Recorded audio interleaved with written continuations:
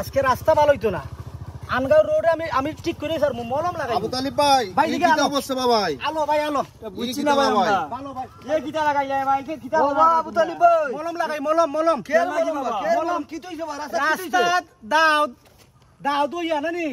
এলার্জির মতো হইছে দেখো খাতরা এলাই দি আলো মলম লাগাইতাম ভাই আমরা কাছে তো আমরা না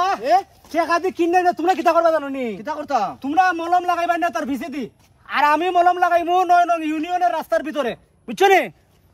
গাতা গতি করব নি বাবা সব করব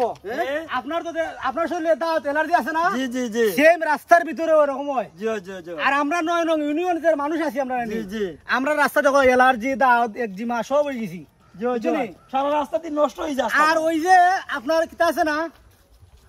10 নং 11 নং ইউনিয়নের মানুষ তারা তো ওদিকে গুইরা যায় কিন্তু বাউসা ইউনিয়নের মানুষ তারা এই রাস্তা ছাড়া কোনো গতি নাই তাই আমি আপনাদের কাছে বলি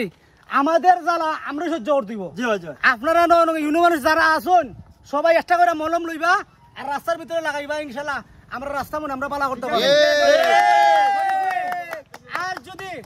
11 নং ইউনিয়নের মানুষের মতো আমরা ভিডিও শেয়ারও করে না যাওই করে 9 নম্বর ইউনিয়নের মানুষের শেয়ারও করে আপনারা যদি ভালো লাগে তাহলে আমার ভিডিওটি শেয়ার করে দিবেন আর আমরা এই যে দুর্দশা আনগাঁও রোডের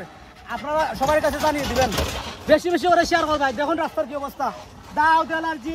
শুনি ও ভাই ও খাইতে দে মলম লাগাই মলম লাগাই না ভাই খাইতে দাও ঠিক আছে ভাই ঠিক আছে ও ভাই খাইতে দাও মলম লাগাই মলম শুনি মলম ইয়া আল্লাহ কালকে সকালে ভালো হইবনি রাস্তা আশা করি সকালে রাস্তা ভালো হইব আসসালামু আলাইকুম